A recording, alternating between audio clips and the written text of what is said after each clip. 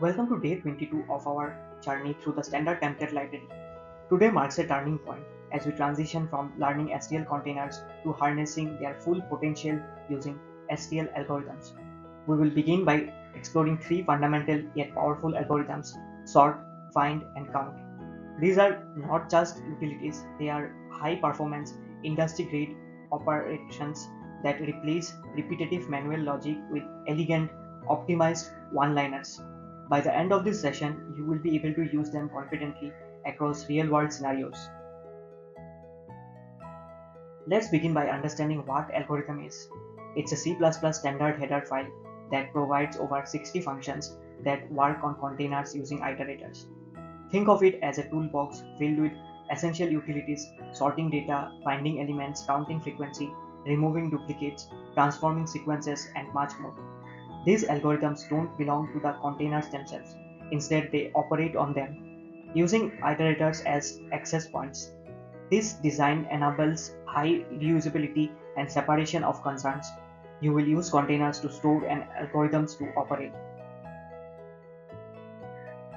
Why should we use STL algorithms instead of writing loops ourselves?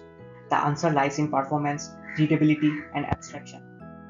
STL algorithms are extremely well optimized, often better than what we might hand code. They make code concise and expressive. Instead of writing a 5-line loop to sort or search, a single function call does that job. They also encourage consistency, reduce room for errors, and integrate beautifully with lambda functions and custom comparators. In short, they let you focus on what you want to do, not how to do it. Our first algorithm today is sort. It's one of the most commonly used algorithms in C++. The syntax is simple: std : sort start, end. This sorts the elements in ascending order using a less than operator by default. If you want custom sorting, you can pass a comparator function or a lambda. Note that sort works only with random access iterators, so vectors, arrays, and deques are okay. But sets, maps, and lists won't work because their iterators don't support random access. Keep that in mind when choosing your containers. Let's bring sort to life with an example. Suppose we have a vector of integers 5, 3, 9, and 1. A call to std : sort v.begin, v.end will sort it in ascending order, giving us 1, 3, 5, and 9. If we want descending order, we can pass a comparator greater. This flips the sorting criteria to use greater than symbol. Notice how elegant and readable this is. No nested loops or manual swap. It's production grade sorting with just one line of code. Next up, find. Searching is a basic but critical operation, and std : find makes it effortless. The function takes a range defined by iterators and a value to look for. It returns an iterator pointing to the first occurrence of the value, or the end iterator if the value isn't found. It works with all containers that provide iterator access: vectors, lists, deques, strings, you name it. This is perfect for quick membership checks and location-based logic. Let's look at a practical example. Consider a vector of integers, say 1, 2, 3, and 4. We want to know if the number 3 exists in it. We call std : find v.begin, v.end, 3 and store the result. If the iterator is not equal to v.end, that means the value was found. You can even calculate its index by subtracting v.begin from the iterator. This is a very efficient and clear way to search through containers without writing error-prone loops. Third algorithm for today is count. It helps us find how many times a certain value appears in a container. Like the others, it takes a range and a target value. It returns an integer, the number of times that value occurs. This is incredibly useful in data analysis, frequency tracking, and validation logic. Whether you are counting votes, characters in a string, or repeated inputs, count is your friend.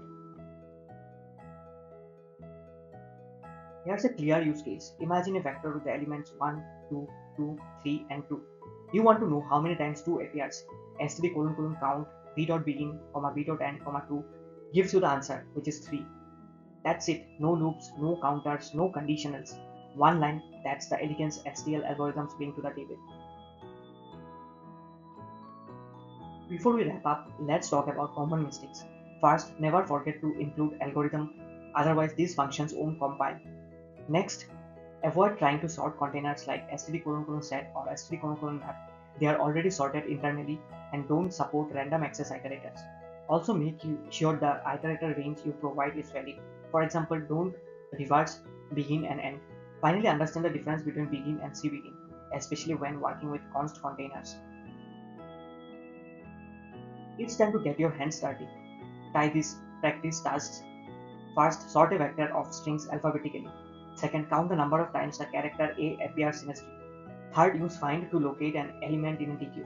And lastly, sort a vector of pairs based on the second element using a custom comparator.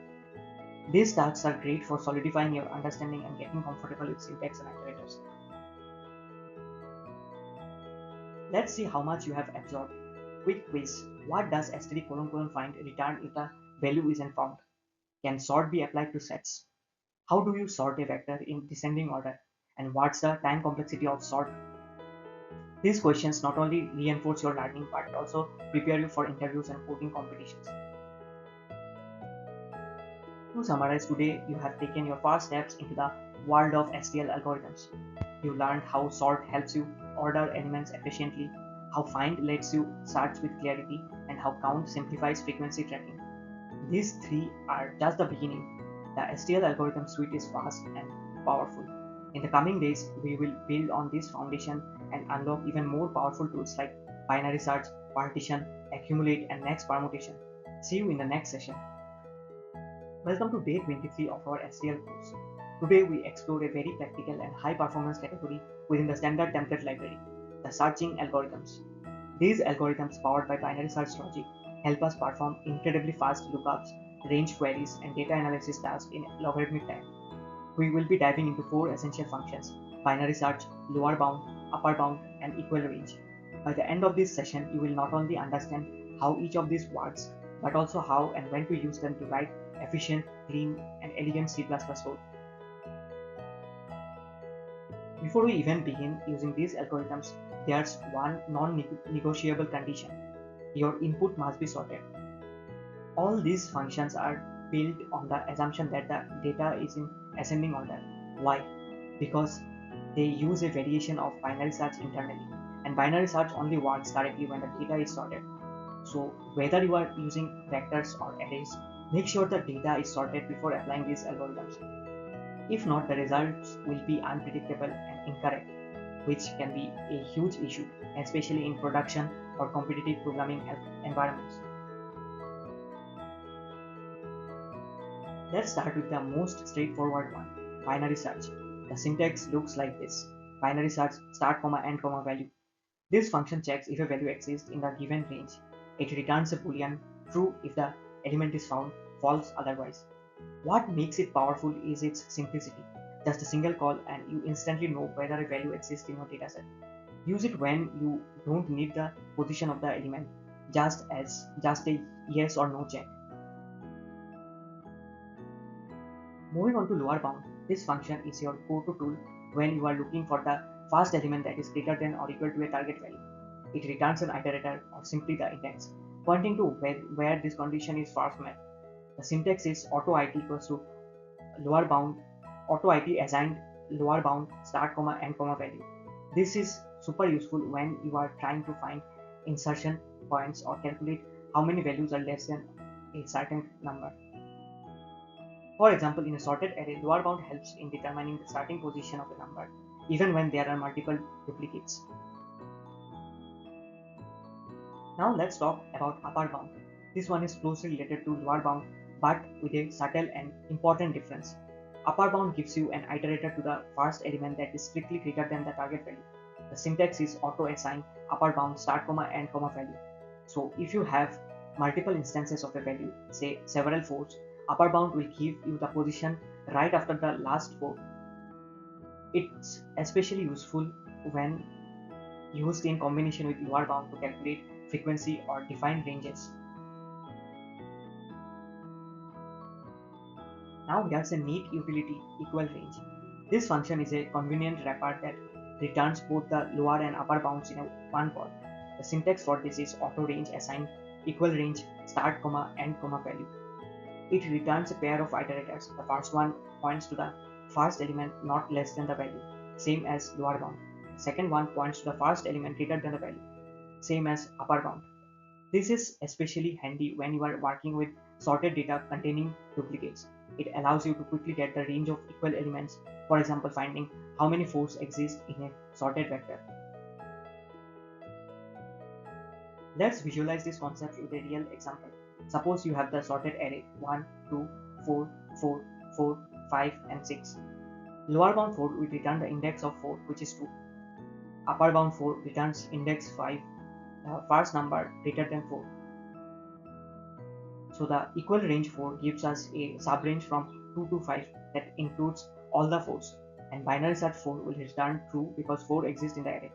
Understanding how these positions map in a sorted container helps us design range-based queries and frequency calculations with high performance.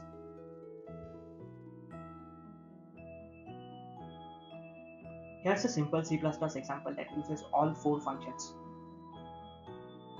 This code snippet demonstrates the power of STL's searching suite. You can quickly check for presence, get positions, and find subranges all in logarithmic time.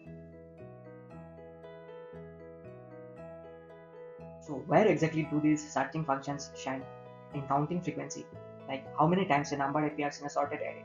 In range queries, such as how many elements are less than or equal to a value. In competitive programming, where time efficiency is critical, or when you want to use sorted vectors as a lighter alternative to sets and maps for cache-friendly performance.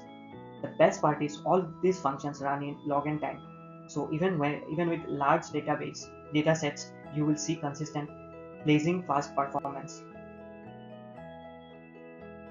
To truly master these functions, try solving problems like count the number of times a particular value appears in a sorted array, find how many elements are less than or equal to a given value, count the number of elements between two values a and b, implement a binary search with a custom comparator such as for descending order or structs.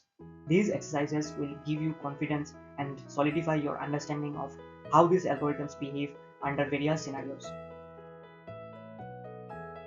Let's wrap up with a quick recap. These STL search functions are extremely powerful, but they only work correctly on sorted data. Binary search checks for existence. Lower bound finds the first position not less than the value. Upper bound finds the first position greater than the value. Equal range gives us the complete range for a value in one go. These tools let us write less code and get more drawn efficiently and elegantly. Make sure to practice them well. They are not just useful, they are very much essential. Welcome to day 24 of our journey through the standard template library. Today we are focusing on a class of algorithms that help us modify data in place. Powerful tools like copy, replace and remove, as well as their smarter counterparts, copy if, replace if and remove if. These aren't just utilities, they form the backbone of clean, efficient C++ code that works across containers with minimal boilerplate. Whether you are processing a dataset, transforming input, or filtering out unwanted entries, modifying algorithms can drastically simplify your workflow. Let's start by understanding what modifying algorithms are. In the STL, these algorithms operate not on containers directly, but on iterator ranges. That distinction is critical. They modify the elements within a range, like a segment of a vector or list, but they don't add or remove elements on their own. That means they won't change the container size, which is especially important to remember when you are using algorithms like remove. They work with various iterator types such as input, output, and forward iterators depending on the specific algorithm. In essence, modifying algorithms enable a functional, declarative approach to working with your data. You describe what you want to do and STL takes care of the rest.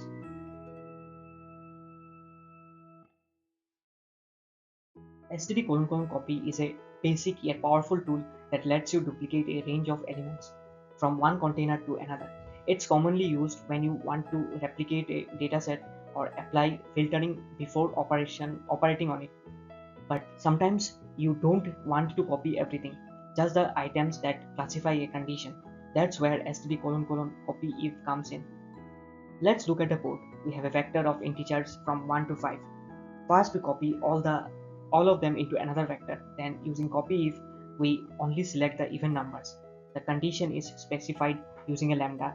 In this case, x modulo 2 equals to 0. Note, if the target container does not have enough space allocated, you must use back inserter to safely append elements. Next up, we have replace and replace if. These algorithms are perfect for bulk transformations, changing every occurrence of a specific value or every value that meets a condition. For instance, suppose we want to replace every 2 in a vector with 10. Replace does this efficiently. But what if the rule is based on a condition, like replacing all values greater than 4 with 0? Then we turn to replace if, passing a predicate function that defines which values qualify. Again, these changes are made directly to the existing container, so be mindful if you are working with constant iterators or need to preserve the original data.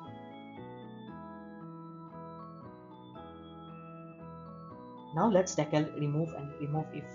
These algorithms are slightly more nuanced. At first glance, they seem to delete elements from a container, but they don't. Instead, they rearrange the elements in place, pushing unwanted values to the end and returning an iterator to the new logical end. To truly erase these elements, we have to call .erase on the container using that returned iterator. For example, if we want to remove all 2's from a vector, remove helps reposition the remaining elements, then erase trims off the trail. The same applies to remove if, which uses a predicate. In this slide, we are removing all odd numbers from a vector. Again, first repositioning them with remove if, then erasing. This brings us to a fundamental STL pattern, the erase-remove idiom. It's vital to remember that remove and remove if only shifts values. They don't actually reduce the container's size. The leftover elements at the end remain unless explicitly removed. So the full idiom is container.erase remove, container.end. This works beautifully with vector and dequeue, where random access and erase operations are cheap. You will find this pattern in most high-quality C++ code bases. It's a sign of STL fluency. Let's apply this to a real-world example. Suppose you are preprocessing some input data that may contain invalid or unwanted values. Here we are working with a vector of integers. We want to remove all negative numbers and convert any zeros to ones. Using remove if, we eliminate the negatives. Then with replace, we transform the zeros. In just a few lines, the data is clean and ready for further processing. This is the power of STL modifying algorithms: expressive, composable, and efficient. Before we go wild with modifying algorithms, here are some best practices to follow. First, never forget the .erase tab after using remove. Without it, your container will contain garbage at the end. Second, if your destination container does not already have enough space, use std::: back inserter with copy or copy if. Otherwise, you will run into undefined behavior. Third, avoid overlapping ranges when using these algorithms. For instance, copying from a container into itself without caution can lead to subtle bugs. Lastly, chain your algorithms when possible. This leads to clean, declarative, and readable code. Let's quickly recap what we have covered today. Use copy and copy if when you want to duplicate or filter data into a new container. Use replace and replace if to transform values in place based either on equality or a condition. Use remove and remove if to filter out unwanted elements. But remember, you must follow it up with erase to truly remove them. All of this work on iterator ranges, not containers. So understanding iterator mechanics is key. Now it's your turn to get hands-on. Here are some practice problems to help you internalize today's concepts. Write a function that copies only prime numbers from one vector into another. Use replace if to convert all negative values in a list to their absolute values. Remove all elements divisible by 3 from a dequeue using the erase remove idiom. And for a bonus, filter a list of strings to remove those with fewer than 5 characters. These exercises will cement your understanding of modifying algorithms and build your confidence in applying them in real code bases. Hello and welcome back to day 25 of our journey through the standard template library. Today we are diving into an exciting and practical category of STL algorithms, partitioning and rearranging. These are not just abstract ideas, they power real-world features like filtering data, rotating buffers, and generating permutations. Let's explore how these algorithms help us manipulate sequences in powerful and elegant ways. Partitioning and rearranging algorithms form the core of many transformations in data structures and algorithms. Whether you are building a game engine, working on a calendar application, or preparing for a coding contest, the ability to reorder and filter elements efficiently is essential. In this session, we will focus on three categories: partitioning, rotating, and permutations. Each of these unlocks a different dimension of STL's capacity. Let's start with the partition algorithm. It takes a range and a predicate and splits the elements into two groups, those that satisfy the predicate and those that don't. The key thing to remember is that this split happens in place and is not stable. This means while the elements are correctly grouped, their original relative order is not preserved. This gives us excellent performance. It's very efficient, but you lose ordering. Here's a simple code example. We have a vector of integers and we want to bring all the event numbers to the front. We call partition with the begin and end iterators and a lambda function that checks if an element is divisible by 2. After the operation, all even numbers are grouped at the front, but not necessarily in their original order. The returned iterator points to the first element that does not satisfy the predicate, which is useful if you want to work with just the true or false halves. Now what if you do care about preserving the order? For that, STL gives us stable partition. It works similarly. It still separates elements based on a condition, but it preserves their original ordering within each group. This stability is crucial when the sequence has a meaning.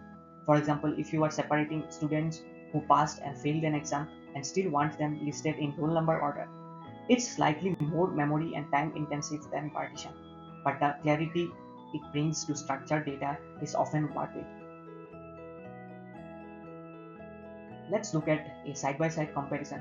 On the left, partition, it's fast, requires no extra space, but it does not maintain the original order. On the right, stable partition, slower and may use extra memory, but it guarantees that the relative positions of elements are preserved.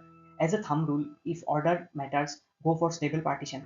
If performance is critical and you don't care about order, partition is your go-to. Next, let's talk about rotate. This algorithm rearranges elements in a circular manner. Imagine an array being cut at a middle point and then glued back such that the middle becomes the beginning. In terms of symmetry, you provide three iterators: begin, middle, and end. The elements in the range middle, end are moved to the front and the elements in begin, middle are pushed to the back. It's great for cyclic data structures such as round robin scheduling or rotating logs. In this example, we have a vector 10, 20, 30, 40, and 50. We use rotate with the middle at begin plus 2, which points to 30. The vector is rotated so that 30 becomes the new first element, resulting in 30, 40, 50, 10, 10, 20. Notice how the rotation wraps around like it's a circular shift.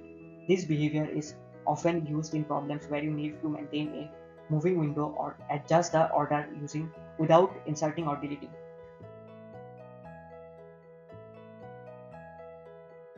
So where might you use rotate in real life? A few ideas: in a music player that cycles through songs, in a scheduler that rotates through available tasks, or in a graphical interface that scrolls elements in a carousel. It's also useful in algorithms like quicksort and for simulating left or right shifts in arrays, which show up in many coding problems. Now for one of the coolest STL algorithms, next permutation. This function rearranges the elements into the next lexicographical permutation. If you keep calling it repeatedly, you will cycle through all the permutations of a container. There's also brief permutation, which works in the reverse order.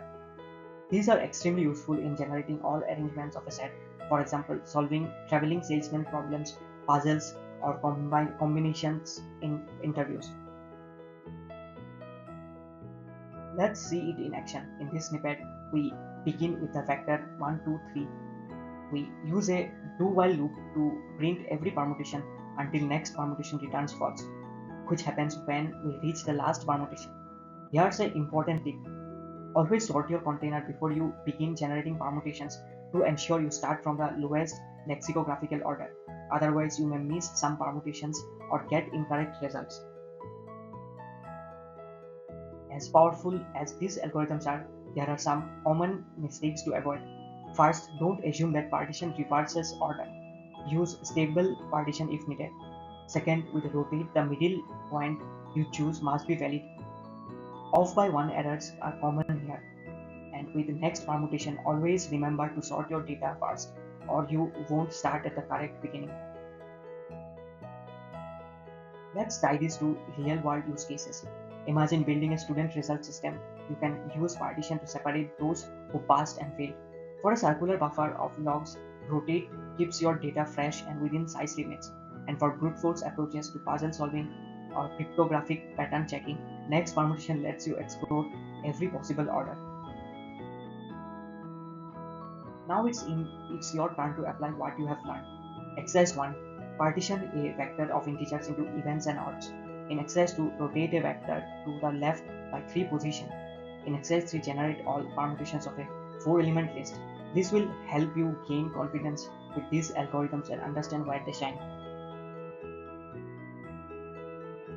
To summarize, partition and stable partition help you split data conditionally. Rotate gives you fine-grained control over rearranging sequences.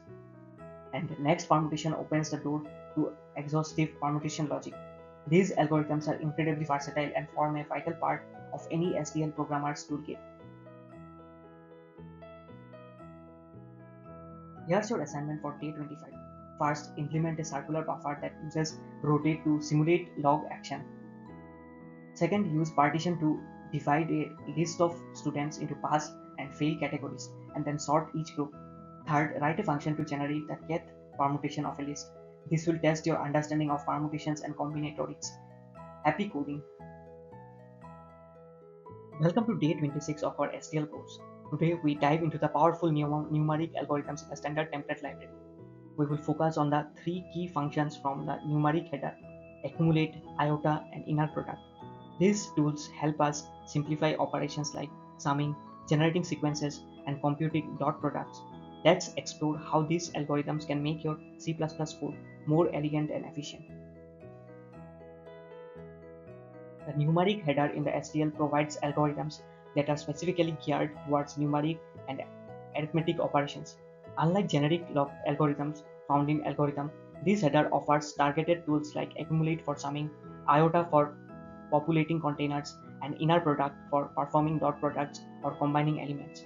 These algorithms work seamlessly with iterable containers like vector and array, and they form the backbone of many real-world numerical applications. Accumulate is one of the most straightforward and widely used functions in numeric. It allows you to compute the total sum of a range with minimal code. Syntax is simple. You provide a range using iterators and an initial value. For instance, summing the contents of a vector can be done in a single line. This eliminates the need for verbose loops and helps you write concise and expressive code. But accumulate isn't limited to just addition, but supplying a custom binary operation like * multiplies. You can perform other operations such as computing the product of all elements in a container. You can even define your own lambdas for more advanced behavior. This flexibility means accumulate can serve many roles beyond simple summation, like building strings, reducing conditions, or applying custom calculations. Iota is a lesser known but extremely useful STL function that fills a range with incrementing values. It's often used to generate sequences like IDs, indices, or even arithmetic progressions. You specify the range and the starting value, and iota does the rest. It's efficient, clean, and saves you from writing manual loops to populate containers. Inner product computes the dot product of two ranges. It takes two input ranges and an initial value and combines the corresponding elements by multiplying and summing them. This is especially useful in vector matrix multiplication and signal processing. The power of this function lies in its ability to express what would otherwise be a multi-line loop in just one line. What's fascinating about inner product is that it supports custom operations. You can override the default addition and multiplication behavior with your own logic. This means you can use it for string manipulation, logical operations, or any complex pairwise transformation. For example, you could combine two strings character by character or even apply conditional logic on pairs of elements. This makes inner product a hidden gem for concise and powerful computations. Now it's your turn to practice. Try using accumulate to compute the sum and product of a list, or count how many numbers meet a specific condition. Use iota to fill a vector with increasing numbers or generate multiples of a given number. Then use inner product to calculate a dot product, or get creative and use it to combine strings or objects in a meaningful way. These exercises will help reinforce today's concepts through hands-on applications.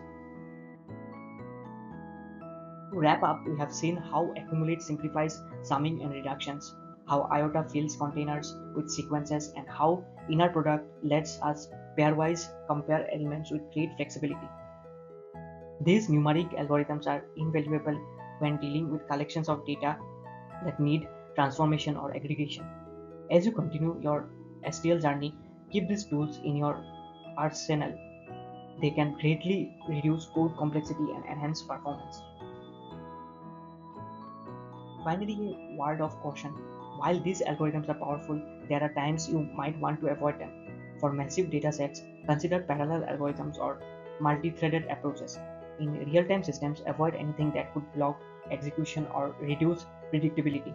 And for complex logic, sometimes using loops may improve readability and maintainability. Like any tool, use this wisely and with context.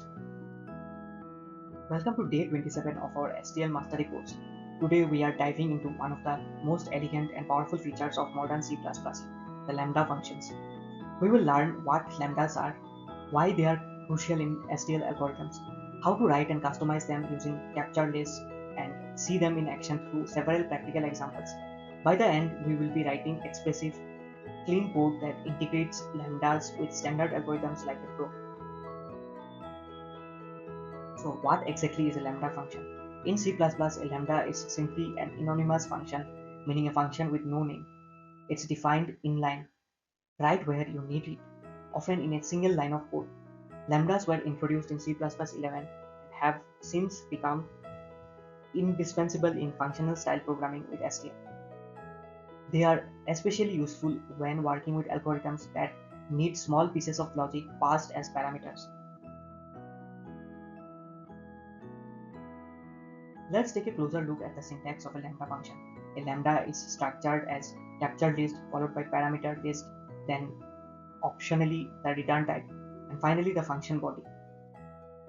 The captured list allows the lambda to access external variables. Parameters define what inputs the lambda accepts. Most of the time you can omit the return type as it can be inferred. It's concise and incredibly flexible. Here's a simple yet powerful use case: sorting a vector in descending order. Using the sort algorithm with a lambda, we pass a custom comparator right to the call. Notice how the lambda takes two integers, compares them using greater than, and the vector gets sorted in descending order, all without creating a separate function. This is clean, compact, and highly readable. The capture list is what gives lambdas access to variables from the surrounding scope. Empty brackets mean you capture nothing. Square bracket equals captures everything by value, and while square bracket ampersand captures everything by reference. You can also be specific and capture individual variables either by value or reference. This mechanism provides precise control over what data your lambda uses and how. Lambdas shine brightest when combined with STL algorithms. Functions like sort, count if, found if, find if, and remove if all accept a function object. And lambdas make it easy to provide that on the spot. Need a custom condition or operation? Just write a lambda right inside the algorithm call. It keeps your code concise, localized, and expressive. Let's count the even numbers in a vector. The countif algorithm takes a range and a condition. We pass a lambda that returns true when a number is divisible by 2. This one-liner replaces what would normally be a for loop and an if condition. It's efficient and readable, a hallmark of good modern C++. By default, variables captured by value are immutable inside lambdas. You can read them but not modify them. However, with the mutable keyword, you can change these values inside the lambda. Here's an example where a counter is captured by value but still incremented using mutable. But be careful with mutable captures. They modify the copy inside the lambda, not the original variable. Lambdas are just function objects, so you can store them in variable and use them like any other function. This is especially useful when you want to reuse the same logic multiple times. For example, here we assign a greater than comparator lambda to a variable and then use it with sort. It makes your code even cleaner and avoids repetition. Let's apply lambdas in a slightly more advanced example. Sorting a vector of structs. Suppose you have a list of students with names and marks. Using a lambda, you can sort them based on their marks or any other membered variable. This shows the true power of lambdas when combined with user-defined types and STL. Now it's your turn to get hands-on. Try sorting a vector of strings by their lengths using a lambda. Then use countif to count how many elements in a vector are greater than 50. Finally, remove all even numbers from a vector using remove if with a lambda. These exercises will help reinforce everything you have learned today. To summarize, lambda functions are compact, anonymous functions you can define inline. They work beautifully with STL algorithms and let you write expressive logic right where it's needed. With capture lists, parameter lists, and mutable support, you can handle a wide variety of cases, all with clean, modern syntax. Lambdas are not just a syntax sugar, they are an essential part of modern C++. Here's your assignment for today. First, sort a vector of pairs based on the second element using a lambda. Next, partition a vector into events and odds, again using a lambda to define the condition. Finally, capture a threshold value and use it in a lambda to filter out elements below it. This task will really cement your understanding of lambda functions in real case. Welcome to day 28 of our STL masterclass. Today we are taking everything we have learned so far, especially maps, strings, and algorithms, and applying them in a real-world mini project. We will build a text frequency analyzer, a compact yet practical application of STL to solve a very common problem in text analytics, understanding how frequently words appear in a piece of text. Let's explore how STL empowers us to solve this cleanly and efficiently.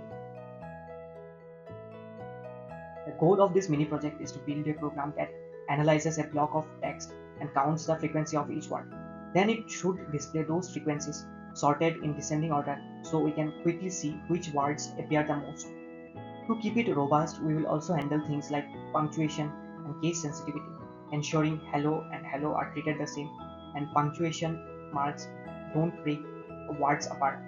This is a great example of how STL makes such tasks seamless. For this project, we will bring together several STL components. First, we will use either unordered map or map to store word frequencies. Then, iString stream will help us parse the input text into individual words.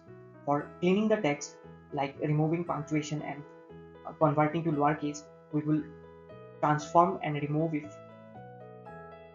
Finally, we will use a vector of pair string, int to sort the results and display them.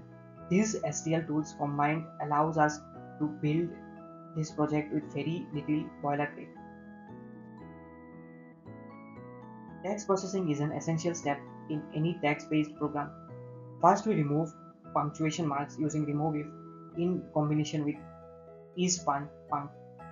This ensures that symbols like commas, periods, and quotation marks don't interface with word separation.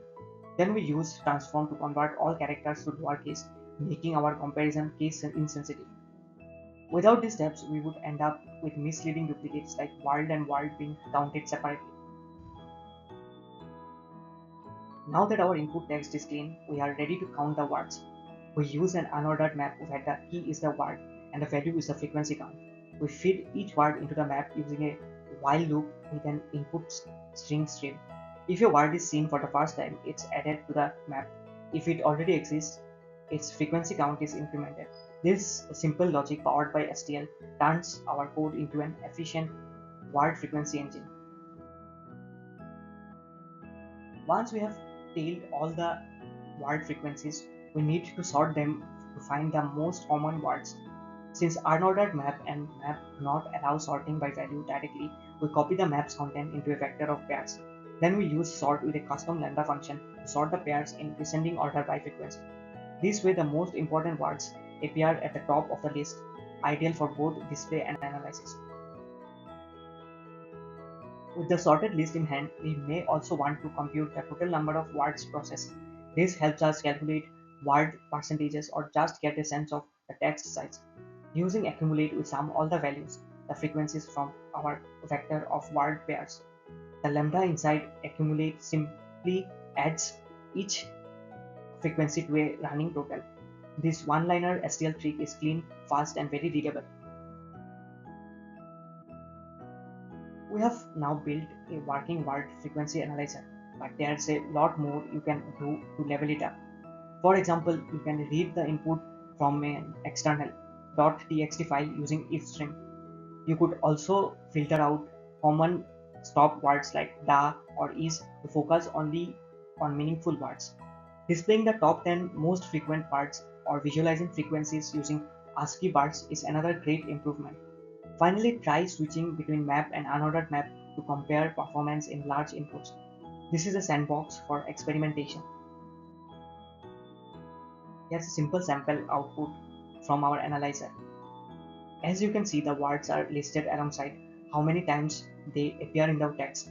This output can easily be formatted further or extended with bar charts, percentages, or color-coded highlights. Once you have understand the data structure behind it, enhancing it becomes a creative endeavor. To complete today's session, your assignment is to extend this project. Start by reading input from a .txt file and skipping commonly used stop parts. Then try to display only the top 10 most frequent words and include the percentage each contributes to the total. For those feeling adventurous, implement a menu-driven console interface that allows users to select options interactively. This assignment is your opportunity to integrate STL with real-world design patterns.